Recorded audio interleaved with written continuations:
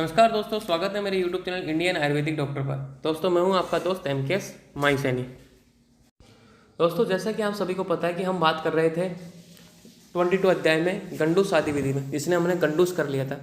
तो आज हम स्टार्ट करेंगे सेकंड पार्ट। गंडूस कर लिया था अपन ने, गंडूस के योग कर लिए थे, रोग गंडूस के भेद कर लिए, गंडूस धारण विधि कर ली, रोग अनुसार गंडूस धारण कर लिया कि कौन से रोग में किस तरह का गंडूस धारण करना है, और अपन प्रयुक्त द्रव अनुसार लाभ, भाई किस किस द्रव का यूज करते हैं तो कैसा लाभ होता है।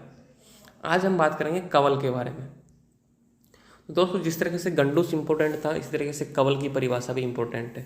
कैसे इंपॉर्टेंट है मैं आपको बता देता हूँ। कवल की परिभाषा आएगी कि कवल से आप क्या समझ सकते हो। कवल की परिभाषा लिखिए तो लिखो, देखो ध्यान से, स्नेह आदि द्रवों से, स्नेह आदि द्रवों को मुख में इतना भरना कि मुख में द्रवों को हिलाया जा सके, कवल कहलाता है। गंडूस में हिला नहीं सकते थे और इसमें हिलाया जा सके, बस इतना सा अंतर है। ठीक है। अब देखो साध्य रोग, किन किन रोगों में अपन को कवल करना चाहिए। मन्या रोग, मन्या रोग आप जानते हो, ये अपनी जो कैरोटिड आर्टरी है, कैरोटिड वेन है, मन्या स्तंभ, मन्या रोग जो मतलब वेनों में जो रोग होता है उसमें। सिरोरोग, सिरोरोग मतलब सिर प्रदेश से संबंधित रोग। मुख रोग, नेत्र रोग, कंठ रोग, गले से संबंधित, कर्ण रोग, कान से संबंधित, पीनस यानी जुकाम, लाला प्रेशक, लाल का स्राव ज़्यादा होता है, मुख शोष, अगर मुख सूखा सूखा रहता है, अल्लास, तंद्रा और एरोची, ये सारे रोगों में अपन साध्य रोग मतलब इनमें कवल करा सकते हैं। तो इम्पोर्टेंट यही है, कवल के दो लाइन है, कवल की परिभाषा और साध्य रोग किन किन रोगों में करवाना, ये आपको याद होने चाहिए। अब बात करेंगे हम प्रतिसारण। प्रतिसारण क्या होता है, क्वेश्चन आएगा परिभाषा 2 नंबर की। इस चैप्टर से परिभाषाएं आती हैं, जैसे गंडूस की परिभाषा आ गई, कवल की परिभाषा आ गई, प्रतिसारण की परिभाषा आ गई। मुख के भीतर लेप करना प्रतिसारण कहलाता है।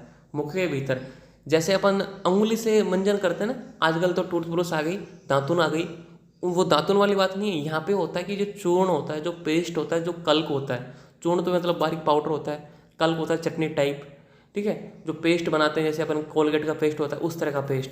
ठीक है। तो उसकी क्या उंगली से लेप करते हैं। उंगली से लेप करने का मतलब है उंगली से घर्षण करते हैं मुंह के अंदर की ओर, तो उसको बोलते हैं प्रतिसारण। इसी तरीके से एक तरीके से मंजन सब बोल सकते हैं इसको। मंजन अपन करते हैं ना, मंजन आजकल डाबर लाल दंत मंजन जो चूर्ण सा आता है, उससे उंगली से लगाते हैं मुख के अंदर, जैसे कि दांतों पे, अपने अंदर की तरफ, गालों के अंदर की साइड, उस दांतों से घर्षण करना, ज़्यादा घर्षण करना नहीं, हल्के हल्के उंगली से घर्षण करना, वो होता है प्रतिसारण। तो मुख के भीतर लेप करना, उंगली से लेप करते हैं। किस तरीके से लेप करते हैं, यह 3 के प्रकार का बताया है। कल्क मतलब पेस्ट, या फिर जो होता है ना चटनी का टाइप, वैसे रस क्रिया, किसी भी मतलब औषधि का रस हो, उसको अपन उंगली से अंदर लगाते हैं, दांतों पे लगाते हैं, अपने अंदर होठों पे लगाते हैं या गालों पे लगाते हैं, अंदर की तरफ, अंदर की तरफ, बाहर की तरफ नहीं, अंदर की तरफ। और चूर्ण, जो मतलब उंगली से अपने मूत्र, जो मुख है उसके अंदर लेप करना, ये होता है प्रतिसारण। भेद ये 3 प्रकार का बताया है। कल्क, रसक्रिया, चूर्ण, मतलब जिनका यूज होता है भाई, तो कल्क लगा सकते हो, चूर्ण लगा सकते हो, या रस लगा सकते हो, तो ये 3 प्रकार का हो गया। औसत द्रव, इसमें प्रयुक्त द्रव शोधन गंडूस के ही द्रव होते हैं। शोधन गंडूस यहाँ पे आया, गंडूस 4 प्रकार का था, उनमें एक शोधन गंडूस था।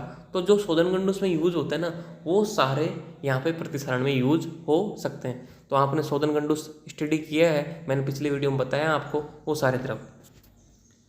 मुख आलेप, अब अगला है मुख आलेप, ये एक अलग परिभाषा है। मुख आलेप से हम क्या समझते हैं, तो मुख के बाहरी त्वचा पर लेप करना मुख आलेप, मतलब फेशियल अपन करते हैं ना, फेशियल मसाज कराते हैं, फेशियल मतलब लेप लगाते हैं चेहरे को अच्छा दिखाने के लिए, सुंदर बनाने के लिए।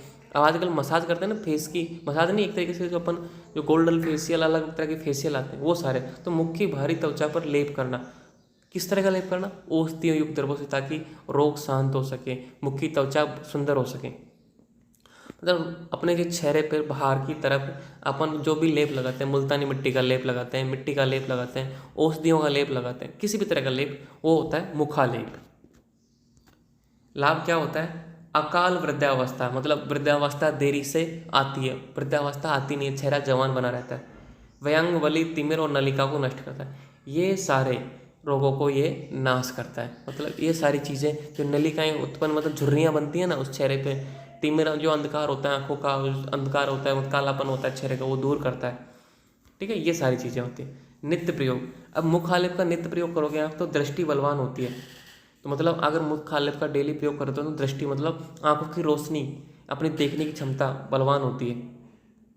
मुख खिले हुए कमल के समान, कोमल कमल समान हो जाता है, मतलब सुंदर हो जाता है। तो तभी तो लड़कियां और जो जेंट्स जो होते हैं, जो मॉडलिंग करते हैं, तभी तो वो लेप करते हैं, मुखालेप करते हैं, तो उनके चेहरे कोमल कमल के समान, मतलब एक तरह से सुंदर बन जाते हैं।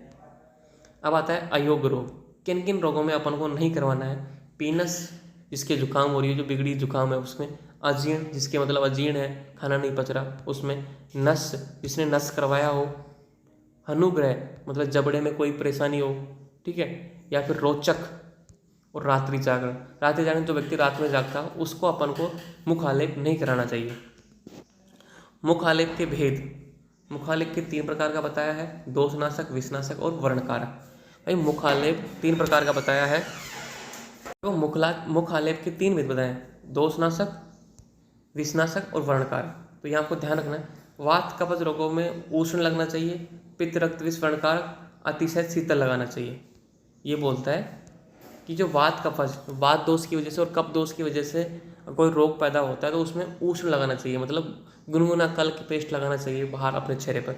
और जो विष रक्त विष, पित्त की वजह से, रक्त की वजह से, विष की वजह से, और वर्णकर, जो मतलब चेहरे को अच्छा ऊर्जावान बनाता है, वो सारे। तो ये दोषनाशक था ना, ये इसमें तो उष्ण है। और जो विषनाशक और वर्णकारक है ये, इसमें अतिशय शीतल, मतलब ठंडा, जो चेहरे को ठंडक प्रदान करे, ऐसा लेप लगाना चाहिए। अब आता है मुखालेप विधि। लेप की मोटाई 3 प्रकार की बताइए, अंगुली का 1/4 भाग, उंगली का 1/3 भाग और उंगली का 1/2 भाग। मतलब कितना बड़ी परत बनाए, कितनी मोटी परत बनाए चेहरे पर लेप की, उसका बताया कि 3 प्रकार का बताया है। ये 1/4, 1/3, 1/2। यहाँ पे देखो, आराम से समझ सकते हो, यहाँ पे आराम से, ये गणित समझ में नहीं आती, यहाँ देख लिया करो, ठीक है। लेप को गीला ही उतारना चाहिए, अन्यथा कांता नष्ट हो जाती है। तो ये बात बोल रहा है कि अगर आपने लेप लगा लिया चेहरे पे तो उसको गीला ही उतारो, उसको सूखने मत दो। अगर सूख जाए तो उसके पानी के छींटे मार के उसको गीला करके उतारो। अगर सूखा उतारोगे तो कांति, जो लेप लगाने से जो मतलब प्रभाव बढ़ेगी, व्यक्ति की सुंदर चेहरा बनेगा, वो नष्ट हो जाएगा, क्योंकि वो सूखा उल्टे ही वापस उसको रोग पैदा कर देगा। मुखालेप करके, जिस व्यक्ति ने मुखालेप लगाया, मतलब उसने अपना लेप करवाया, तो उसको सोना नहीं चाहिए, ज़्यादा बोलना नहीं चाहिए, क्रोध नहीं करना चाहिए, चिंता नहीं करना चाहिए, धूप व अग्नि में भी नहीं बैठना चाहिए। ज़्यादा धूप का सेवन और अग्नि, जैसे अपन सर्दियों में धूप के अग्नि जलाते ना अलावे में, तो इसमें अग्नि के संपर्क में भी नहीं आना चाहिए। ऋतु के अनुसार ये बोल रहा है कि ऋतु के अनुसार कौन कौन सी औषधि है जिसका अपन लेप लगा सकते हैं, कि हेमंत ऋतु में बेर की गुठली और वसा मूल, इसका लेप लगा सकते हैं, इनके चूर्ण बना के, ठीक है, इनका कलक बना के, पेस्ट बना के। शिशिर ऋतु में काला तिल व कटेरी तूसादी, इसका भी पेस्ट बना लगा सकते हैं चेहरे पे। बसंत ऋतु में खस, चंदन, चावल आदि दधी, इनको मिलाकर। ग्रीष्म ऋतु में कुमुद, दूध, मुलेठी, ये। वर्षा ऋतु में कालिए की तिल, खसादी, ये आपको मतलब ये प्लांट है सारे। दशरथ ऋतु में 40 रुपये, ये सारी चीज़ें अपन लगा सकते हैं। अब आएगा मूर्ध तेल। तो इसको तो आप देखो याद हो जाए तो अच्छी बात है, क्वेश्चन कम ही आता है, लेकिन ये आपको याद होनी चाहिए। एक एक तो औषधि याद होनी चाहिए ऋतुओं के अनुसार, कभी कभी डिफिकल्ट पेपर बनाते हैं तब पूछ लेता है। अब आता है मूर्ध तेल। मूर्ध तेल का मतलब है सिर पर तेल लगाना। ये अपन अगले वीडियो में करेंगे, क्योंकि लेंथी है, थोड़ा बड़ा हो जाएगा फिर वीडियो। सिर पर तेल लगाना, और ये इम्पोर्टेंट भी है, इसमें 4 प्रकार का बताया है, इसको अपन अगले वीडियो में करेंगे। आई होप आपको समझ में आ रहा होगा। आपने अभी तक चैनल को सब्सक्राइब नहीं किया तो चैनल को सब्सक्राइब कीजिए, बेल आइकन को दबाइए, अपने दोस्त, अपने फ्रेंडों के साथ शेयर कीजिए। Thank you.